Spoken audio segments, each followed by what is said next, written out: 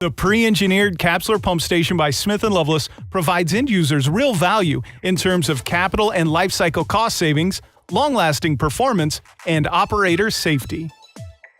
Factory-built and tested, CAPSULAR pumping systems meet your current and future flow conditions up to 20,000 gallons per minute. Total dynamic head can be up to 500 feet. Horsepower ranging from 1.5 to 300 on 4-inch to 12-inch pumps. CAPSULAR capital costs are lower because the design engineering is already included in every system, including the mechanical, electrical, structural, and environmental. Special modifications for customer requirements are easily made, including changing our pre-built entry point for a stairwell within a separately built building. The exclusive Smith & Loveless Safe-Stair entry module provides safe and easy access to the station, thereby reducing occupational requirements and the associated capital costs of buildings and concrete built-in-place pump stations requiring underground access. Operators appreciate the CAPSULAR's spacious interiors with internal HVAC, allowing for complete operator safety and continuous human occupancy. Functional options include internal shelving, work desks, and sinks.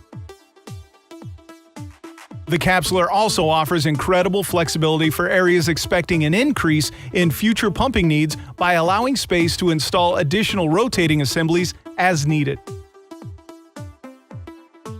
And each station comes equipped with proven Smith & Loveless Super Non-Clog pumps designed to pass 3-inch solids for decades of reliable performance. Smith & Loveless's state-of-the-art control panel can be located below in the station or at grade. Smith & Loveless control panels optionally come with our QuickSmart HMI controls. If the control panel is located at grade, you will have access to a viewer in the station to monitor your pumps.